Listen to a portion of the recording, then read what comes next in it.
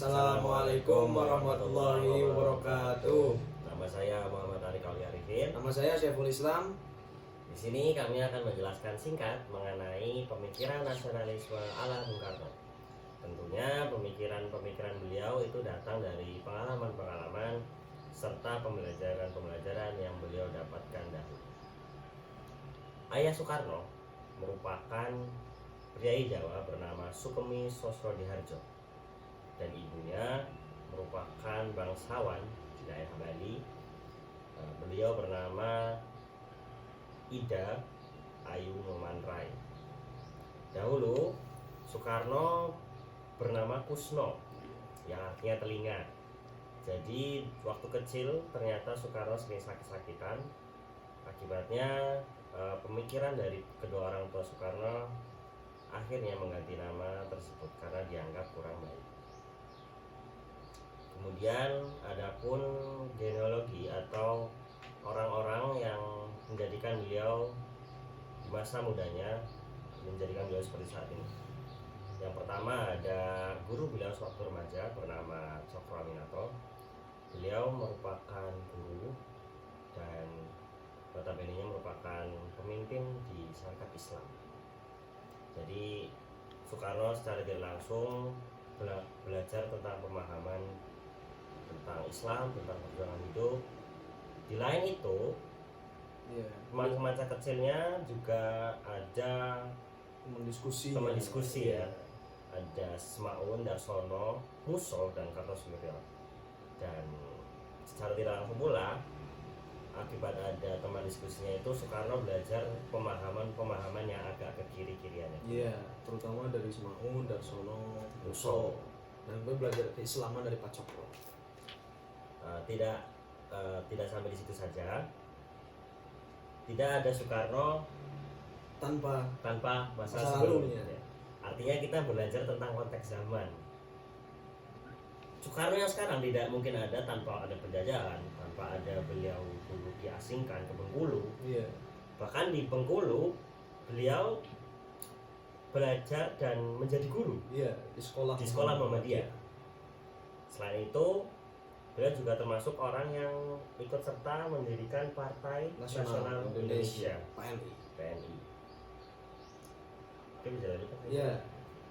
Lalu setelah dijelaskan Mas Arik tadi mengenai latar belakang beliau yang lahir 6 Juni 1901 di Blitar, Bung Karno kemudian memiliki pemahaman, yakni Islam, nasionalisme, dan Marxisme ialah satu kesatuan ala Indonesia yang tidak dapat dipisahkan. Seperti beliau tulis di dalam tulisannya yang ada di dalam yang dihimpun di dalam buku Di Bawah Bendera Revolusi, Bung Karno menulis mengenai Islam, nasionalisme, dan Marxisme yang kemudiannya nanti berbuah pikiran menjadi sebuah kebijakan kenegaraan setelah Indonesia merdeka, yaitu kebijakan Nasakom, nasionalis, agama, dan komunis. Hal itu menjadi terlihat bahwa pemikiran nasionalisme Bung Karno itu beliau mengatakan, mengutip sendiri di dalam bukunya, yakni My Nationalism is Humanity, yang artinya meletakkan nasionalisme itu bukan nasionalisme chauvinistik, bukan nasionalisme yang berlandaskan aku lebih unggul dari yang lain, yakni tapi nasionalisme yang mengedepankan nilai-nilai kemanusiaan dan mentoleransi perbedaan ideologi yang kemudian tadi melahirkan gagasan Nasakom. Kalau tidak salah itu mengutip kata dari Gandhi. Iya, beliau mengutip kata-kata dari seorang pejuang kemerdekaan India, yakni Mahatma Gandhi.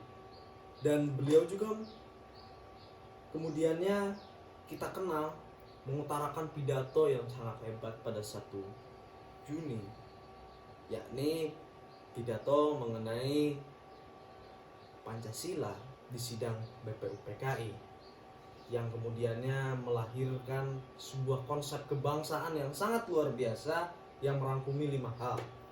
Seperti Bung Karno nyatakan di dalam Kongres Amerika Serikat, yaitu yang pertama percayaan kepada Tuhan, yang kemudiannya ia kemanusiaan, yang ketiganya ia persatuan, yang keempatnya ialah demokrasi, dan yang kelima ia social justice atau keadilan sosial. Dan itu merangkumi banyak hal, yakni tadi dari golongan kiri dari golongan kanan dan dari golongan tengah, dan beliau mengakomodasi itu di dalam apa yang dia sebut sebagai nasionalisme ala Indonesia. Dan kemudian beliau juga memiliki gagasan lain, ya ini Marhaenisme, yakni yang dia sebut sebagai Marxisme ala Indonesia. Jadi orang-orang tetap boleh bekerja, tetap boleh mencari penghidupan yang layak, tetapi dengan tidak menindas orang lain. Orang tetap boleh kaya, orang tetap boleh menjadi seorang pengusaha yang hebat, tapi catatannya tidak menindas orang lain seperti yang dilakukan kapitalisme, dan tidak menghapus juga seperti yang dilakukan oleh komunisme. Dan beliau berdiri di tengah-tengah, yaitu untuk menjalankan apa yang disebut sebagai pemikiran nasionalisme ala Indonesia. Nasionalisme ala Indonesia ini juga beliau sandarkan atas beberapa tulisannya, yaitu memudahkan pengertian Islam, apakah salah Turki memilih sekulerisme, dan beberapa tulisan mengenai keislaman lain. Beliau menyarankan Indonesia itu memilih jalan sekulerisme. Itu tulisannya sebelum kemerdekaan. Setelah kemerdekaan beliau mengikuti konsensus yang ada, yaitu yang ditetapkan oleh para founding father yang lain, yaitu Indonesia sekarang. Beliau mengutarakan bahwa sekulerisme ini akan membangkitkan roh keislaman, karena di dalam roh keislaman yang tidak terikat oleh aturan-aturan kenegaraan, maka perjuangan-perjuangan keislaman akan lebih besar dan lebih ada rohnya. Beliau sebutnya Islam dengan api, bukan dengan abu. Begitu. Jadi pemikiran nasionalisme ala Indonesia yang diutarakan Bung Karno dapat terlihat dengan konsep dua hal. Yang pertama Pancasila, yang kemudian juga hasil dari para founding father yang lain. Dan yang kedua yaitu gagasan mengenai toleransi atas berbagai ideologi. Demikian yang dapat kami sampaikan. Kurang lebihnya mohon maaf. Ya. Semoga bisa bermanfaat. Merdeka! Sekian, wassalamualaikum warahmatullahi